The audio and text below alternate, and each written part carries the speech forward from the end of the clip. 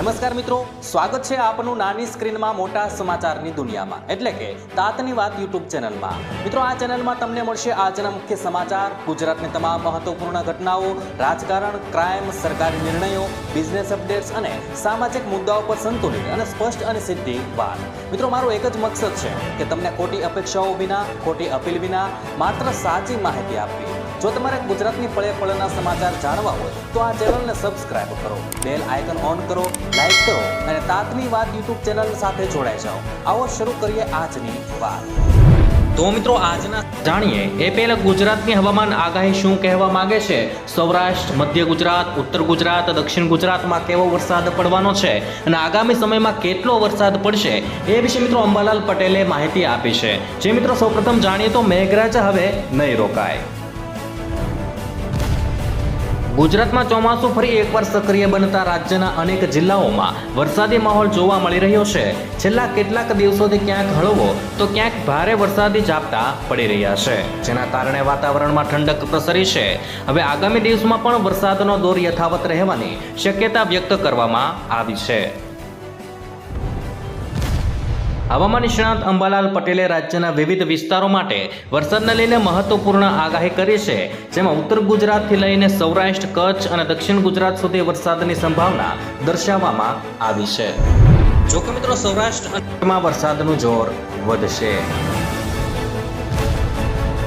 મિત્રો, સૌરાષ્ટ્ર વિસ્તારમાં આગામી દિવસોમાં વરસાદની તીવ્રતા વધી શકે છે।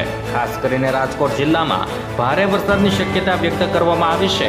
આ ઉપરાંત પોરબંદર, અમરેલી, જામનગર અને દેવભૂમિ દ્વારકા સહિતના વિસ્તારોમાં પણ વરસાદી માહોલ યથાવત રહેવાની સંભાવના છે। હવામાન નિષ્ણાંતોના જણાવ્યા મુજબ દરિયાકાંઠાના વિસ્તારોમાં પવનની ગતિ પણ વધી શકે છે, જેના કારણે સ્થાનિક સ્તરે ભારે વરસાદની સ્થિતિ સર્જાઈ શકે છે। ત્યારે મિત્રો ઉત્તર ગુજરાત વરસાદની આગાહી પણ કરી નાખવામાં આવી છે। મિત્રો, ઉત્તર ગુજરાતના સાબરકાંઠા, અરવલ્લી અને બનાસકાંઠા જિલ્લામાં ભારે વરસાદની શક્યતા વ્યક્ત કરવામાં આવી છે। અંબાલાલ પટેલના જણાવ્યા મુજબ હાલમાં સક્રિય વરસાદી સિસ્ટમ ધીમે ધીમે રાજસ્થાન તરફ આગળ વધી રહી છે, જેના કારણે રાજસ્થાનને અડીને આવેલા ઉત્તર ગુજરાતના જિલ્લાઓમાં વરસાદનું પ્રમાણ વધી શકે છે।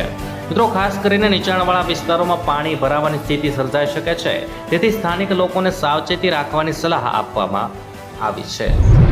ત્યાર પછી મિત્રો આ વરસાદની આગાહી વચ્ચે ખેડૂતો માટે અંબાલાલ પટેલે શું આગાહી કરી છે તેના વિશે મિત્રો વાત કરીએ તો અંબાલાલ પટેલના જણાવ્યા મુજબ હાલ આશ્લેષા નક્ષત્ર દરમિયાન પડી રહેલો વરસાદ કેટલાક પાકો માટે અનુકૂળ ન હોઈ શકે। તેમણે ખેડૂતોને હવામાનની સ્થિતિને ધ્યાનમાં રાખીને કૃષિ કામગીરીનું આયોજન કરવાની સલાહ આપી છે। મિત્રો, તેમણે જણાવ્યું છે કે સતત વરસાદના કારણે કેટલાક વિસ્તારોમાં ખેતરોમાં પાણી ભરાઈ શકે છે, જેના કારણે પાકને નુકસાન થવાની શક્યતા છે। જો કે મિત્રો 3 ઓગસ્ટ એટલે કે મિત્રો આવતીકાલ સુધી વરસાદી માહોલ યથાવત રહેવાનો છે। મિત્રો, હવામાન નિષ્ણાત અંબાલાલ પટેલના જણાવ્યા મુજબ રાજ્યમાં આગામી 3 ઓગસ્ટ સુધી વરસાદની સંભાવના યથાવત રહેશે। આ સમયગાળા દરમિયાન ગુજરાતના મોટા ભાગના વિસ્તારોમાં હળવાથી ભારે વરસાદ પડી શકે છે। જો કે વરસાદની તીવ્રતા દરેક જિલ્લાઓમાં એક સરખી નહીં રહે। કેટલાક વિસ્તારોમાં ભારે વરસાદ નોંધાઈ શકે છે, જ્યારે કેટલાક વિસ્તારોમાં માત્ર છૂટાછવાયા ઝાપટા પણ પડી શકે છે। મિત્રો, હાલ રાજ્યમાં ચોમાસાની સિસ્ટમ સક્રિય હોવાથી લોકોને સ્થાનિક હવામાન વિભાગ દ્વારા જારી કરવામાં આવતી આગાહીઓ અને સૂચનાઓ પર સતત નજર રાખવાની સલાહ આપવામાં આવી છે। ત્યારબાદ મિત્રો મહત્વના સમાચાર આગળ વાત કરીએ તો આવી ગઈ અંબાલાલ પટેલની આગાહી। મિત્રો, હવામાન નિષ્ણાત અંબાલાલ પટેલની આગાહી મુજબ રાજ્યમાં આગામી 24 કલાકમાં મધ્ય અને ઉત્તર ગુજરાતમાં ભારેથી અતિ ભારે વરસાદ પડી શકે છે। અમદાવાદ અને ગાંધીનગરમાં હળવા ઝાપટાની શક્યતા છે અને મિત્રો સૌરાષ્ટ્રમાં પણ હળવો વરસાદ થઈ શકે છે। પેસિફિક સમુદ્રમાં સર્જાયેલા ટાઇફૂનની અસર બાદ હવે વરસાદની ગતિ ધીમે ધીમે ઓછી થશે અને વરસાદી સિસ્ટમ હવે રાજસ્થાન તરફ આગળ વધવાની છે। ત્યાં આજના હવામાન સમાચાર આપણે જાણી લીધા છે। હવે મિત્રો આજના મુખ્ય સમાચાર શું કહેવા માંગે છે તેના ઉપર એક નજર કરીએ તો પીએમ કિસાન પર મોદી સરકારનો મોટો નિર્ણય। મિત્રો, કેન્દ્ર સરકારે પીએમ કિસાન યોજનાને આગામી 5 વર્ષ માટે એટલે કે 2030 અને 31 સુધી લંબાવવાની મંજૂરી આપી છે. આ માટે 3.15 લાખ કરોડના ખર્ચને મંજૂરી આપવામાં આવી છે. મિત્રો, અત્યાર સુધી 23 હપ્તામાં 4.47 લાખ કરોડથી વધુ રકમ ખેડૂતોના ખાતામાં સીધી ટ્રાન્સફર થઈ છે અને 24મો હપ્તો ઓક્ટોબરમાં જારી થવાની શક્યતા છે. મિત્રો, કેબિનેટે પીએમ સૂર્ય સરોવર યોજનાને પણ મંજૂરી આપી દીધી છે. ત્યારબાદ મિત્રો, મહત્વના સમાચાર વિશે આગળ વાત કરીએ તો દિવાળી પહેલા મોટી ભેટ મળશે. મિત્રો, કેન્દ્ર સરકારના કર્મચારીઓ અને પેન્શનરો હવે ડીએમાં આગામી વધારાની રાહ જોઈ રહ્યા છે. 1 જાન્યુઆરીથી ડીએમાં 58% સુધી વધારીને 60% કરાયું હતું. હવે એઆઈસીપીઆઈ, આઈડબ્લ્યુ અને ફુગાવાના આંકડાને આધારે 3 થી 4% વધુ વધારાની શક્યતા વ્યક્ત થઈ રહી છે. તો અગાઉના ટ્રેન્ડ મુજબ સરકાર દિવાળી પહેલા ઓક્ટોબર અથવા તો નવેમ્બરમાં જાહેરાત કરી શકે છે અને ડીએ વધવાથી લાખો કર્મચારી અને પેન્શનરોની આવકમાં વધારો થશે. ત્યારબાદ મિત્રો, મહત્વના સમાચાર વિશે આગળ વાત કરીએ તો સીએનજીના ભાવમાં તોતિંગ વધારો. મિત્રો, અદાણી ગેસ દ્વારા સીએનજીના ભાવમાં એક સાથે 4 રૂપિયાનો તોતિંગ વધારો કરવામાં આવ્યો છે. આ ભાવ વધારા બાદ હવે સીએનજીનો નવો ભાવ વધીને પ્રતિ કિલો 94.2 રૂપિયા પર પહોંચી ગયો છે. મિત્રો, ગેસના નવા દરો લાગુ થતા વાહન ચાલકો પર મોંઘવારીનો વધુ એક બોજ પડ્યો છે અને તેનાથી આમ આદમીને દૈનિક ખર્ચ નોંધપાત્ર રીતે વધી શકે છે. ત્યાર પછીના સમાચાર વિશે મિત્રો આગળ વાત કરીએ તો 5 મોટા ફેરફાર તમારા ખિસ્સા પર પડશે અસર. મિત્રો, કોમર્શિયલ ગેસના ભાવમાં 202 રૂપિયાનો ઘટાડો કરવામાં આવ્યો છે.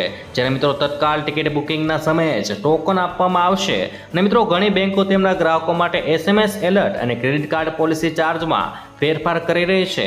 મિત્રો, ચાથી લઈને કપડાં, ટીવી, રેફ્રિજરેટર અને વોશિંગ મશીન સુધીની દરેક વસ્તુના ભાવમાં વધારો થવાની સંભાવના છે. જ્યારે મિત્રો, બિલ ટુ શિપ ટુ વ્યવહારો માટે શિપ ટુ જીએસટી ફરજિયાત રહેવાનો છે. ત્યાર પછીના સમાચાર વિશે મિત્રો આગળ વાત કરીએ તો એલપીજીના ભાવમાં ઘટાડો. મિત્રો, કોમર્શિયલ એલપીજી સિલિન્ડરના ભાવમાં ₹200 સુધીનો ઘટાડો કરવામાં આવ્યો છે.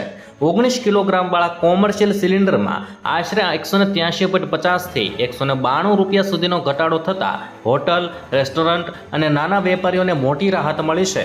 મિત્રો, બીજી તરફ 14.2 કિલોગ્રામવાળા ઘરેલું એલપીજી સિલિન્ડરના ભાવમાં કોઈ ફેરફાર નથી કરાયો. મિત્રો, ત્યાં જૂનના નક્કી કરેલા ભાવ પ્રમાણે જ મળતો રહેશે. ત્યાર પછીના સમાચાર વિશે મિત્રો આગળ વાત તો સરકારી કર્મચારીઓને મોટી ભેટ.